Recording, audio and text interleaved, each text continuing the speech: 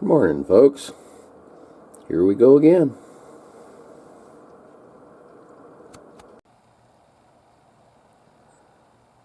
Where'd them mountains go? Little froggy up high. Morning, folks. Well, Cindy just went down to the fairgrounds to get some more stuff and called and said that Darrell Walton's here from YouTube. He leaves comments and things. He's got away with words. They get a kick out of that guy. He's pretty funny. But anyway, I guess he's brought me up Willie's Jeep engine. That I guess it's mostly just parts, but heck yeah, I'll take it. Those things are hard to come by anymore.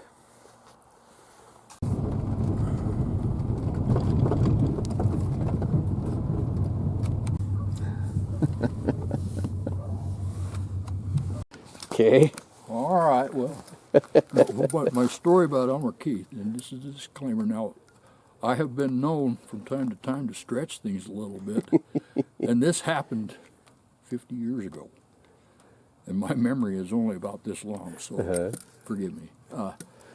Kurt Benke was a postmaster in Great Falls, and he was my bud, and he was a gun collector, and he had a pair of factory engraved black powder frame Colt single action armies in a tooled 2-gun El Paso rig.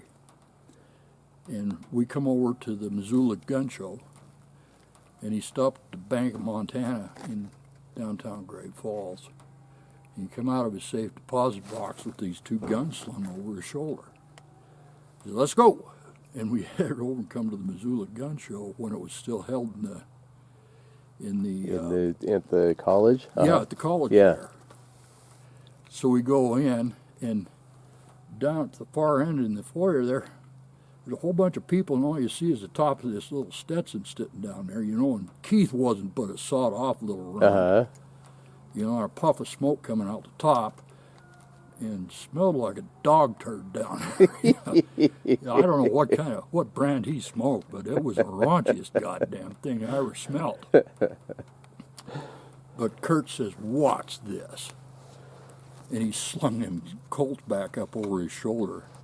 And he managed to worm his way up through that crowd just close enough to where Elmer could see them Colts. And then he hightails it back into the crowd. Elmer drops the conversation he was having, and he starts following Kurt through like a pup, following a hamburger sandwich. He wouldn't let go of Kurt.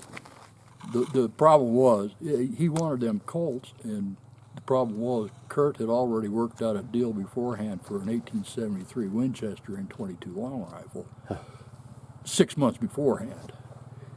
He was going to trade them Colts for that 73 Winchester. Oh, no. But he's watch this.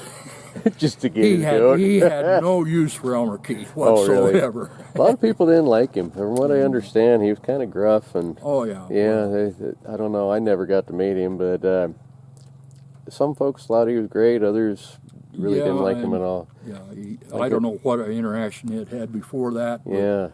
But it was always, I'd always stuck in my mind, old Curdy, watch this. Yeah, that's funny.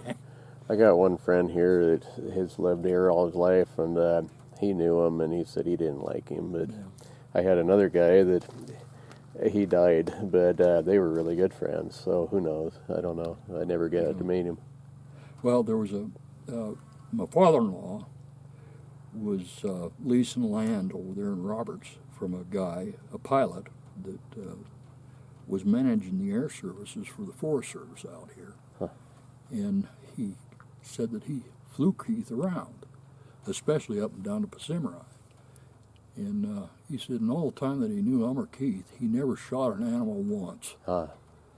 He said he always emptied his rifle into an animal. Well, I had another friend who's also dead now, and he knew him, and he told me he was a lousy shot, and he said he couldn't hit a barn if he was standing inside of it. I have no personal knowledge of Elmer Keith's skills. I don't either. And I make no claim. He was very famous for what he did, so it's hard to say for sure. So a 600-yard shot on a caribou in Alaska I've got to go with Jack O'Connor. There you go.